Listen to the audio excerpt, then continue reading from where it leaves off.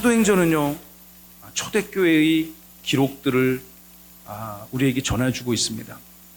교회가 어떻게 세워졌는가, 그때 당시 초대교회를 구성하던 성도들의 삶의 다양한 양상들은 어떠했는가, 그리고 그 교회 공동체를 통해서 성령은 어떻게 역사하셨고, 유대와 예루살렘, 갈릴리 호숫가 주변에 제한되어 있던 그 복음이 엄청난 영적 에너지를 바라며 지중해 연안 곳곳으로 복음이 퍼져나가기 시작했고, 가는 곳곳마다 교회가 세워지기 시작했고, 그 교회를 통해서 성령의 역사, 말씀의 역사, 주님의 도우심의 역사가 나타난 것입니다.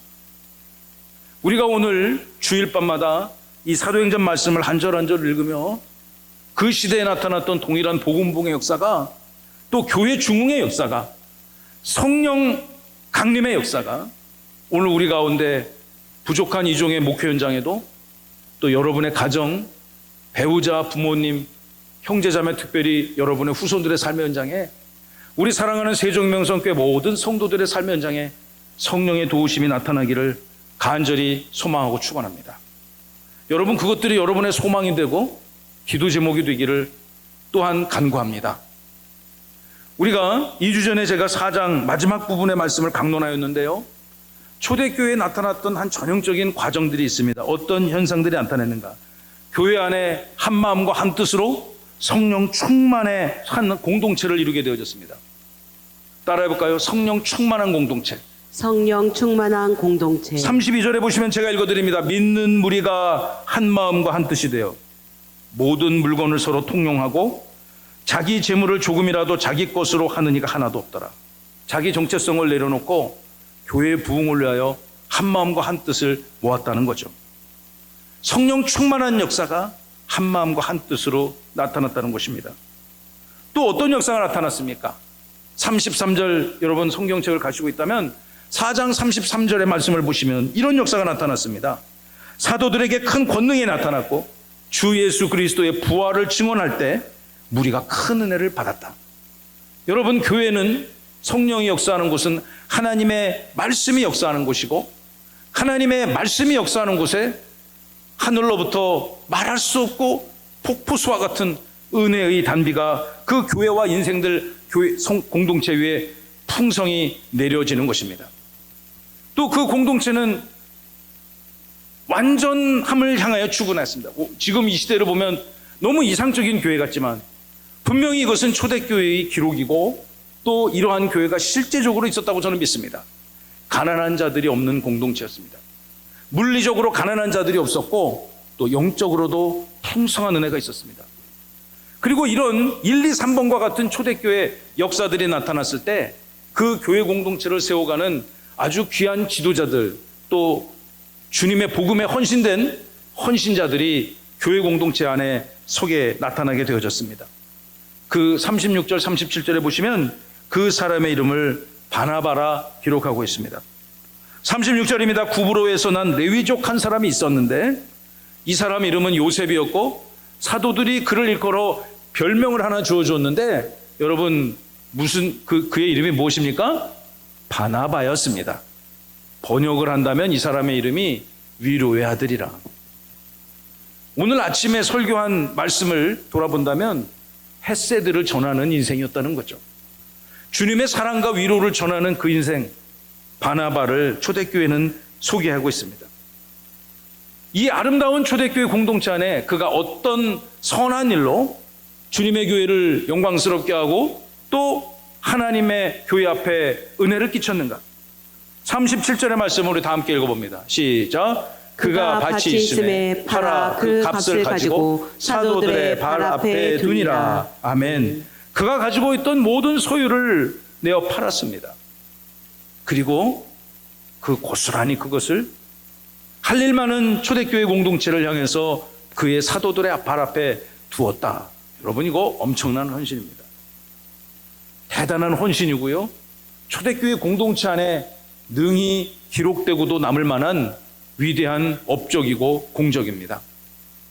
여러분의 선함이, 물론 우리의 선함으로 구원받는 것은 아니라고 오늘 아침에 분명히 말씀드렸죠. 그러나 구원받은 주님의 백성들이 주님의 교회를 향해서 아플 때 같이 아프고 도울 때 같이 돕고 힘낼 때 같이 힘내는 믿음의 선한 역사를 쌓아가는 귀한 성도 여러분 다 되시기를 간절히 소망합니다. 이제 5장의 말씀을 읽으려고 합니다. 그런데 이 4장 후반부에 있었던 이상적이고 어찌 보면 완전할 것 같은 그런 초대 공동체에 충격적인 사건이 발생했습니다. 여러분이 이미 너무나 잘 아시는 이 사건의 전모를 사도행전 성령의 영감을 받아 사도행전을 기록한 사도 누가는 또박또박 한 글자 한 글씩 기록해 나가며 그날의 현장을 오늘 우리에게 전해주고 있어요. 어찌 보면 그냥 부끄러워서 덮어버릴 수 있는 이슈들인데 그러나 성경은 부끄러운 일이라 할지언정 후대에 오고 가는 모든 교회 공동체 교훈이 되게 하기 위해서 이 말 사건을 우리에게 기록하고 있습니다. 어떤 사건일까요? 1절과 2절 이런 사건이 전개됩니다. 조금 전에 우리가 4장 후반부에 읽었던 바나바와 대비해서 너무나 대조적인 한 가정, 부부의 이야기를 기록합니다. 바나바와 대비되는 초대교회의 한 가정. 어떤 가정입니까? 아나니아와 삽비라 부부의 이야기입니다. 1절과 2절의 말씀을 다 함께 읽어보겠습니다. 시작. 아나니아라는 사람이 그의 아내 삽비라와 더불어 소유를 팔아 그 값에서 얼마를 감춤해 그 아내도 알더라. 얼마만 가져다가 사도들의 발 앞에 두니. 여러분이 아나니아라는 사람이 있었는데요. 아마 이 초대교회 공동체에 분명히 이 가정의 이야기를 가정사를 다루며 오늘 이 시대를 살아가는 저와 여러분뿐만 아니라 이 초대교회에 이것이 핫 이슈, 뜨거운 소식이었던 거예요. 어떤 소식이었을까? 바나바의 명성을 아마도 곱지 않은 시선으로 바라보던 한 가정의 이야기였던 것 같아요. 똑같은 상황이었는데 초대교회와 그들의 소유를 파는 것 똑같은 상황이었는데 결과는 정반대입니다. 바나바는 초대교회를 세워가고 또 제 생각에는 바나바, 이제 앞으로 바나바라는 인물이 성경에 이제 사도행전에 등장하는데 바나바가 한 최고의 업적이 무엇일까? 여러분 무엇인 것 같습니까? 뭐 소유를 팔아서 그걸 초대교회 사도들 앞에 두어서 교회 공동체로 쓰겠다. 엄청난 업적이죠. 칭찬받고 박수받고 존경받아 마땅합니다.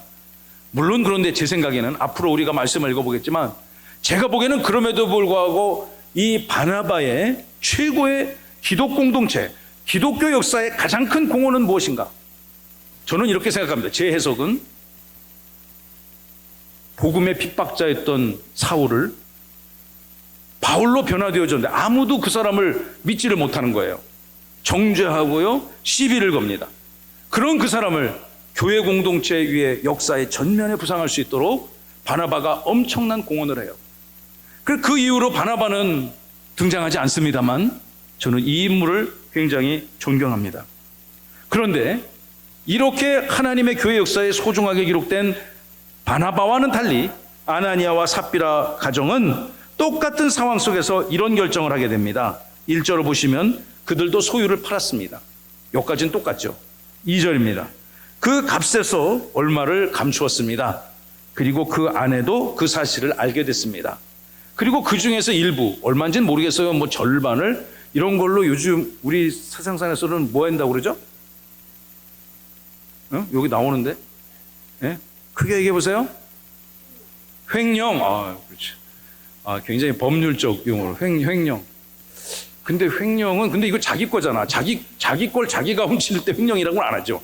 남의 거를 훔칠 때 이제 공군 같은 거를 할 때 횡령이라 하는데 또 속어로 삥땅. 굉장히 그 개념에 삥땅. 네, 좋습니다. 뭐 이것이 뭐 그 표준어는 아닌 것 같은데 은닉. 예, 부동산 공부를 하시는 거예요. 법을 공부하시는 거예요. 예, 부동산 매매는 담뜰 공인중개사를 해서 하시기 바랍니다. 제 표현을 하면은 꼽을 치는 거죠. 얼마를 꼽을 쳤는지는 모르겠어요. 그럼 이해가 빡 되지 않습니까? 뭐 몇 퍼센트를 꼽을 쳤는지 모르겠는데 아마 많은 상당 부분을 이렇게 꼽을 치고 요거 판 게 이게 답니다. 뭐 몇십 퍼센트 이게 답니다. 이게 100%입니다. 사실은 절반일 수도 있고 30%일 수도 있는데 이걸 하나님께 드렸다 똑같이 사도들의 발 앞에 두었습니다. 이것도 똑같죠. 바나바도 교회의 사도들 앞에 주었다. 헌금했다는 얘기입니다. 자, 그런데 이거 누구만 알아요? 응? 서로 두 부부만 아는 거죠. 두 부부가 가정에서 입 싹 닦으면 알 사람이 없습니다. 예, 알 사람이 없어요. 자식도 있는지 모르겠지만 얘기 안 하면 모르죠. 부모님한테도 얘기 안 하면 모르죠. 그런데 이 두 부부는 서로 이 사실을 알고 있습니다. 뭐 했다는 얘기죠? 둘이 공모한 거죠. 둘이 모의를 한 겁니다. 작당을 해서 나 못 본 걸 할 테니까 당신이 알아서 꼽을 쳐. 그냥 뭐 말해야 알아 자기야. 아마 그러지 않았을까 싶어. 그냥 그 상상을 해본다만 말이죠. 말씀의 그 이면을. 자, 그런데 이것을 탁 꿰뚫어보고 영적으로 탁월한 사람이 있는 거예요. 누굴까요? 초대교회 위대한 지도자 베드로가. 이거는 뭐 영적으로 꿰뚫는 거죠. 영적으로. 이게 부정이 있었구나. 이것에 하나님이 기뻐하시지 않는 일이 있었구나 라고 베드로가 영적으로 탁 성령이 그걸 가르쳐 주신 거예요. 베드로가 무슨 점을 쳐갖고 옛날에 태조 왕건 보면은 이렇게 한쪽 눈 가린 그 궁예가 관심법 하면서 네 마음 탁 꿰뚫고 그런 거 아니고 성령께서 이 교회 공동체를 지키시고 도우시는 성령께서 베드로라고 하는 이때 당시 초대교회 최고 지도자에게 탁월한 영성과 통찰력을 주셔서 이거를 꿰뚫어 보게 하신 겁니다. 3절입니다. 3절 다 함께 시작. 베드로가 이르되 아나니아야 어찌하여 사탄이 내 마음에 가득하여 내가 성령을 속이고 땅값 얼마를 감추었느냐. 베드로가 아까 이 사람들이 소유를 팔아서 일부를 삥땅을 치고 그리고 일부를 이거 전부 답니다. 100%입니다. 라고 사도들 발 앞에 딱 갖다 줬는데 아마 당시 최고의 영적 지도자인 교회 지도자인 아마 그때는 이 사도행전 전반기의 최고 지도자는 누굽니까? 베드로, 야고보, 요한이라는 인물이에요. 베드로가 넘버 원이죠. 그리고 사도행전 12장부터는 10장, 11장, 12장부터는 그 초대교회를 이끌어가는 그 지도자가 바뀌게 되죠. 누구가 등장합니까? 바울이 등장한단 말이에요. 그러니까 사도행전 전반부를 이끌어가는 초대교회 전반부를 이끌어가는 최고 영적 지도자는 누가 뭐래도 베드로입니다. 이 베드로 사도가 아나니아의 행태를 딱 보니까 그 마음에 거짓이 있고 이미 사탄에 심각하게 오염이 돼 있고 그것을 그가 꿰뚫는 것입니다.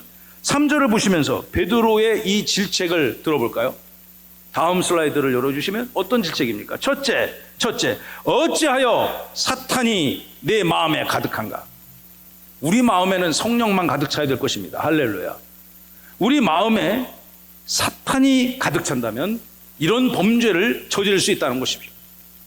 이 밤을 예배하는 여러분들이야 얼마나 성령께서 기뻐하시고 은혜 베푸시는 인생이겠습니까? 믿으시면 아멘. 우리 인생에 사탄이 가득 차면 안 되는 거죠. 두 번째, 베드로가 그 영혼을 향하여 질책하는 것은, 아나니아를 질책하는 것은 무엇이냐면 아나니아 당신이 성령을 속였다는 것입니다. 여러분, 하나님을 어떻게 속일 수가 있겠습니까? 여러분, 절대로 속일 수 없는 존재들이 있습니다. 누구를 못 속일까? 여러분, 거짓말 해봤어요? 갑자기 또 엄청나게 그냥 거룩하고 경건하신 이 밤을 예배하는 주님의 백성들이 얼마나 경건하시겠습니까? 여러분, 근데 살다 보면서 또 거짓말을 또 가끔씩 어떻게 하게 되잖아요? 저 해봤을까요? 안 해봤을까요? 해봤어요. 그런데 뭐 아주 그냥 죽고 사는 그런 죄를 진 적은 없고, 근데 여러분, 거짓말을 해보니까 사람은 속일 수 있을까 없을까요? 에? 이승열 집사님, 조유리 집사님 속일 수 있을까? 일시적으로는 속일 수 있어요. 일시, 당분간. 저도 결혼 생활 30년 차가 되니까 일시적으로는 속일 수가 있는데 이게 영속적으로는 속일 수 없습니다. 자기 배우자를. 살아보니 그래요. 그런데 가장 인간이 본질적으로 속일 수 없는 존재는 하나님이죠. 자기 양심이 안단 말이에요. 자기 자신도 못 속여요. 하나님도 못 속이고 자기 양심도 못 속여요. 사람은 잠시 동안은 속일 수 있어요. 너가 성령을 속였다. 엄청난 질책이죠. 성령의 도구로 쓰임받고 교회 공동체를 세워가는 성령의 역사로 우리가 살아야 될 터인데 성령을 속이는 악한 영의 이미 지배를 받았다. 그리고 세 번째, 아나니아가 정말 감추고 삽비라만 알아야 되는 그 비밀을 요구하는 겁니다. 땅값에 얼마를 감추었느냐. 정직하지 못함을 질책하고 있습니다. 하나님을 속인 자들이라는 거죠. 하나님 앞에 언제나 경건하고 거룩하고 성실한 주님의 백성 되어야 될 줄로 믿습니다. 자, 이제 계속 이 상황이 어떻게 전개되어질까요? 여러분, 죄를 지었으니 벌을 받아야 되겠죠. 죄값을 치러야 자유하게 되는 것입니다. 4절과 6절 말씀을 통해서 남편에게 징벌이 내립니다. 아나니아의 죄가 무엇이다라는 것을 딱 정죄를 하고요, 그 죄의 결과가 무엇인가를 증언하고 있습니다. 4절 다 함께 읽어볼까요? 땅이 그대로 있을 때에는 내 땅이 아니며 판 후에도 내 마음대로 할 수가 없더냐. 어찌하여 이 일을 내 마음에 두었느냐. 사람에게 거짓말한 것이 아니요 하나님께로다. 여러분, 이것이 얼마나 강력한 질책이고 책망입니까? 내가 사람을 속이고, 우리 사도들은 사람들 아닙니까? 베드로, 야고보, 요한 같은 사람은 분명히 뛰어난 주님의 제자이긴 하지만 사람이죠.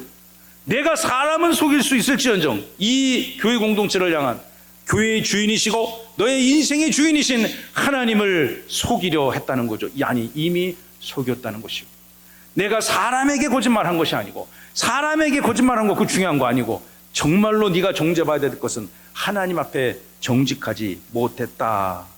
여러분, 이 선언이 베드로가 그냥 성령의 역사로 쏟아내는 겁니다. 5절을 볼까요? 아나니아가 이 말을 듣고 엎드러져 혼이 떠났습니다. 즉시로 혼절해 버렸어요. 그 광경을 바라보는 주변의 모든 사람들이 다 서프라이즈, 깜짝 놀랐습니다.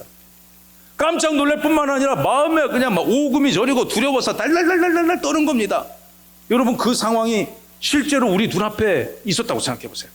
우리가 이 초대교회 사도행전 5장의 현장에 이 베드로의 정죄와 아나니아의 혼절하는 그 순간에 우리가 옆에 있다면, 같이 옆에 있다면 막 사람들이 다 크게 놀라워서 그냥 뭐 두려워 떨지 않겠습니까? 6절 시작. 젊은 사람들이 일어나 시신을 싸서 메고 나가 장사하니라. 이미 이 사람의 생명이 끝났습니다. 베드로가 죽인 게 아니죠.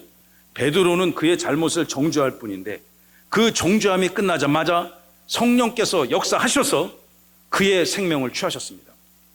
왜 이렇게 하셨는지는요, 사실 해석이 분분합니다. 성령께서 이렇게 하신 거죠. 베드로가 사람을 때려잡은 게 아니죠. 성령께서 그 초대교회 공동체를 지키고 보호하고 또한 부흥하며 흥황케 하기 위해서 이런 악한 자를, 이런 주님의 몸된 교회를 속이고 능멸하는 자를 어떻게 보면 직결 처분한 것입니다. 사실 이것이 옳은가? 지금 이 시대를 살아가는 우리가 이성적으로 재단할 방법이 없습니다. 그러나 살아계신 하나님의 말씀은 1점도 1획도 틀림이 없음을 사랑하는 성도 여러분 믿으시기 바랍니다. 이 말씀이 떨어지자마자 베드로의 이 정죄가 마치 재판장이 피고 이러이러한 죄를 졌으니 뭐 몇 년 형을 취한다, 땅 방망이를 두들기자마자 즉시로 하나님께서 그 형을 집행하셨다는 거죠. 놀라운 일입니다. 사랑하는 성도 여러분, 하나님께서는 여러분의 복음에 대한 열정, 수고, 노력, 헌신 하나님께서 부응해 주실 것입니다. 그러나 주님의 몸된 교회를 향한 대적자로 서는 인생들은 절대로 하나님이 저는 기뻐하시지 않을 것 같아요. 계속해서 어떤 일이 일어나는지 이 사람 장사 치렀습니다. 사람들이 시신을 메고 그냥 나가서 야, 이거 정황이 없으니까 빨리 뭐 장례식장으로 옮겨, 그랬을 것 같아요.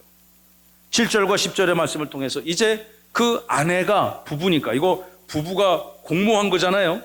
둘이 모의해가지고 이렇게 짬짬이 한 거지 않습니까? 요즘 말로 하면.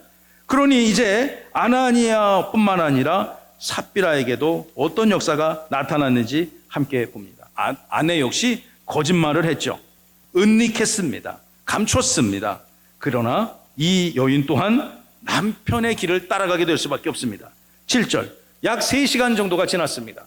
그의 아내 이름은 삽비라.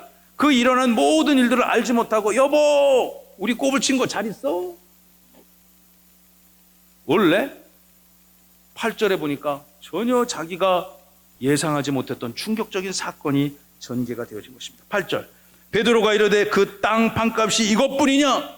베드로가 막 그 추상과 같은 준엄한 명령.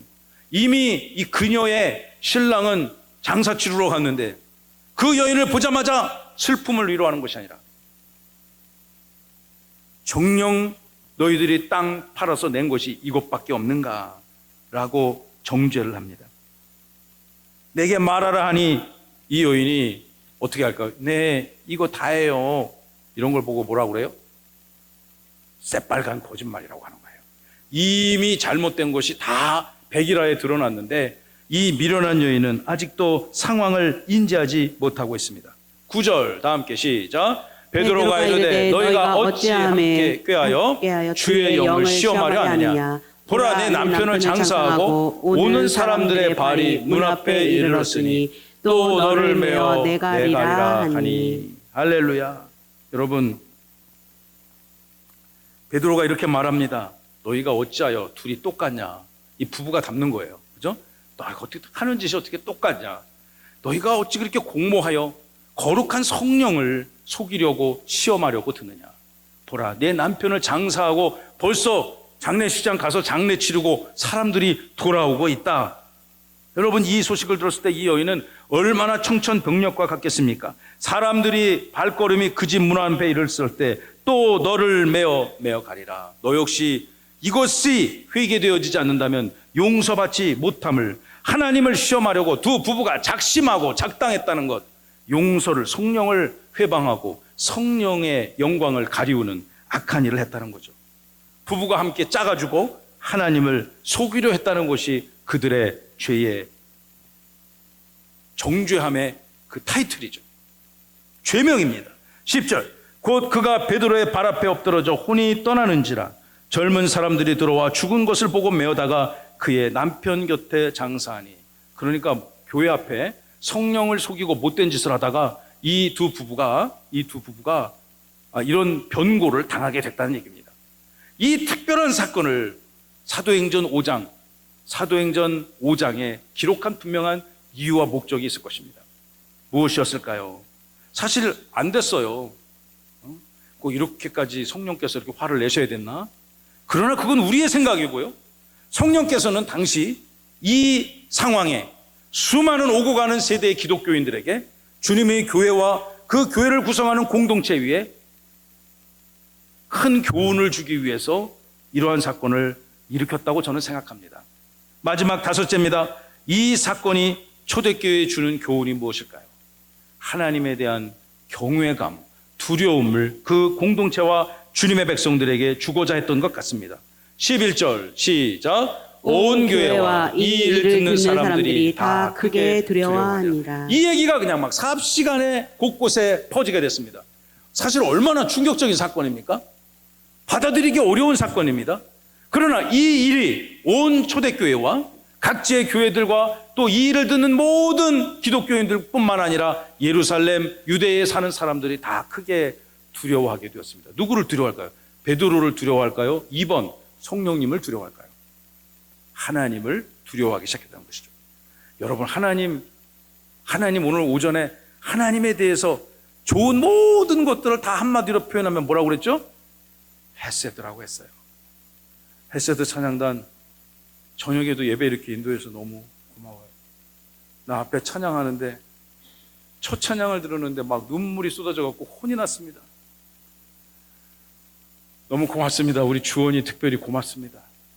주님이 기뻐하시는 복된 주의 종 되시기를 주님의 이름으로 축원합니다. 아멘. 여러분 우리가 하나님 앞에 섰을 때 하나님의 사랑, 자비, 인애 무수한 것도 있지만 그 주님 앞에 섰을 때 쇳덩어리 인생들이 주님 앞에 섰을 때 그 하나님을 두려워하고 존경하고 또한 경외하는 그런 삶의 태도와 믿음이 우리 가운데 있어야 될 줄로 믿습니다. 여러분 오늘 설교의 제목을 기억하실지 모르겠어요. 초대교회에 있었던 다양한 성령의 역사들이라는 제목이었습니다. 제목 슬라이드 좀 한번 띄워주실래요? 제목을 함께 읽어봅니다. 초대교회에 나타난 초대교회에 나타난 성령의 다양한 역사들. 성령의 다양한 역사들. 성령의 역사는 다양하게 나타납니다. 어느 한 사건으로, 어느 한 단어, 문장, 표현으로 성령의 역사를 말할 수 없습니다. 성령은 우리의 이성과 통찰력을 압도적으로 초월하는 분이십니다.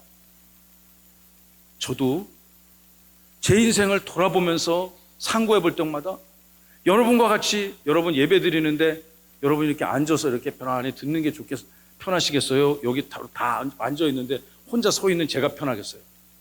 1번, 2번 시작. 2번이면 다음 주 여기 설교자로 제가 즉시로 당회장의 허락 승인으로 강독고를 드리도록 하겠습니다. 다음 주일 저녁 예배 한해서. 쉽지 않습니다. 매일매일 이 설교 한 편을 묵상하고 연구하고 만들어내면서 정말 온갖 영적인 스트러글링을 해야 됩니다. 그런데 그런 인생을 바꾸셔서 저를 이렇게 쓰시더라고요. 성령의 역사라고 저는 믿습니다. 분명한 것은 이것은 저의 의지가 아닙니다. 저는 안 하려고 했기 때문에. 솔직하게 내가 뭐 성령 앞에서 거짓말을 할 수가 없잖아요. 저는 할 수만 있으면 안 하려고 했었던 것이 저의 솔직한 심정입니다. 그걸 누구보다도 저의 배우자가 잘 알고 성령께서 너무너무 잘 알고 계시죠. 그런 미련한 인생을 여러분 앞에서 이 하나님의 말씀을 한 절 한 절 읽으며 하나님의 은혜를, 성령의 역사를 소망하는 그 일들을 이뤄가는데 성령께서 이 부족한 자를 말할 수 없이 역사하셨다고 저는 고백하지 않을 수가 없습니다. 아멘 하신 분들은 100세까지 감기도 걸리지 말고 코로나 근처에도 안 오고 장수의 복을 누리시기를 축원합니다. 그래도 아멘을 안 하시면은 두 번째 아멘 하신 분은 90세까지. 90세까지. 여러분, 성령의 역사는 다양하게 나타납니다. 우리 교회도 여러분 이걸 어떻게 짓습니까? 성령께서 날마다 지키시지 않으면 지을 수가 없는 것이었습니다. 부족한 제 인생의 방향을 바꿔놓은 것도 성령이 하신 거고요. 저와 여러분이 이 밤에 이렇게 예배 드리는 것도 성령이 하신 것입니다. 그런데 그 성령의 역사는 다양하게 나타나요. 오늘도 새벽부터 일어나서 말씀을 전하고 예배를 드리고 일부 예배를 준비하고 일부 예배를 은혜 가운데 잘 드렸는데 정말 제가 너무너무 좀 속이 상하는 일이 있었어요. 한 분이 찾아오셔서 이런저런 얘기를 하다가 제가 좀 마음이 좀 슬펐어요. 그리고 2부 예배를 드리는데 여러분 놀라시기 바랍니다. 오늘 7가정 12분이 등록했습니다. 할렐루야. 성령의 역사입니다. 저의 능력이 아닙니다. 저는 그런 재주가 없습니다. 성령의 역사입니다. 그 오신 한 가정 7가정을 제가 긴 시간 얘기할 수 없지만 여기 우리 그 진장로님 오셨는데 한 가정 한 가정들을 대화해 보니까 여러분 제가 무슨 수로 저분들이 어디 사시는지 모르는데 우리가 가서 모시고 옵니까? 성령께서 다양한 방법으로 저들의 삶에 역사하셔서 우리 교회로 발걸음을 인도하셨더라고요. 아멘. 우리 은퇴하신 장로님 고백을 들어보니까 우리 권사님 얘기를 들어보니까 저도 누군지 모르겠는데 어떤 분이 꼭 이 교회를 가라고 그러셨대. 제 얘기를 하면서 꼭 이 교회를 가라고 그러셨대. 나는 누군지 모르겠어요, 솔직히. 그리고 지금은 그분은 동탄에 계시는데 동탄에 갔다가 다시 와서 꼭 같이 교회를 다니기로 했대요. 성령의 역사입니다. 누군지 모릅니다, 저. 물론 이제 나중에 얘기해 보면은 기억이 날지도 모르겠어요. 얼마나 고맙습니까? 다양한 방법으로 귀한 가정들이 이렇게 주님의 몸된 교회에 모이니 성령의 역사입니다. 또 그러니까 막 너무너무 기뻐요. 그냥 막 잠 안 자도 피곤하지 않을 것 같고 밥 안 먹어도 배부를 것 같습니다. 그러나 여러분 또 당 떨어지니까 국수 먹어야죠. 우리 국수가 얼마나 맛있습니까? 저는 대전 충남권 최고의 국수라고 생각합니다. 여선교회 축복합니다. 그런데 오후에 또 여러 가지 일들로 저의 영혼이 심히 곤고한 적이 있었습니다. 하루 종일 아침 사역을 시작하고 오늘 아직 다 끝나진 않았지만 또 오늘 이 밤 이후에도 성령은 다양하게 나타납니다. 아나니아와 삽비라와 같이 말할 수 없는 충격적인 사건도 성령의 역사였습니다. 그리고 초대교회 역사에 새로운 지도자로 전면에 부상하는 바나바의 등장도 성령의 역사였습니다. 한 마음과 한 뜻으로 주님의 교회를 섬기고 우리가 알 수 없는 수많은 영혼들이 주님의 몸된 교회를 찾아와서 함께 예배하고 영광을 올려드리며 하나님을 예배하고 서비스하는 이 아름다운 역사는 성령의 역사입니다. 단언코 저의 능력이 아닙니다. 저는 저의 제 자신을 누구보다도 잘합니다. 사랑하는 성도 여러분, 이 교회를 통해서 하나님께서 우리의 이성과 통찰력과 그리고 상식을 뛰어넘는 위대한 역사를 이루어 가실 줄로 믿습니다. 우리가 왜 이 말씀을 다시 꺼내어 펼쳐 있습니까? 이 말씀을 여기 모르시는 분들이 있습니까? 대부분 아실 것입니다. 그러나 하나님의 기록된 살아있는 말씀 한 절 한 절을 읽으며 우리는 성령의 선하고 능력 있고 은혜 있는 역사를 구해야 될 줄로 믿습니다. 아멘. 이 교회가 세워주신 하나님의 위대하신 은혜와 구원의 경륜이 있다고 믿습니다. 그 은혜를 바라보며 이번 한 주간에도 열심히 기도하고 열심히 성경을 연구하고 열심히 신방하고 열심히 교회를 돌보고 저 역시 주의 사역을 잘 감당하도록 애쓰겠습니다. 사랑하는 우리 성도 여러분들도 여러분이 각자의 주신 그 삶의 현장, 내가 지금 성령의 도우심을 받고 있는가? 내가 지금 혹시 성령을 회방하고 있지는 않는가? 내가 성령의 기쁨이 되어가고 있는가? 날마다 말씀을 반추하여 여러분의 삶을 주님 앞에 드리시는 은혜가 있기를 살아계신 예수님의 이름으로 축원하고 축복합니다.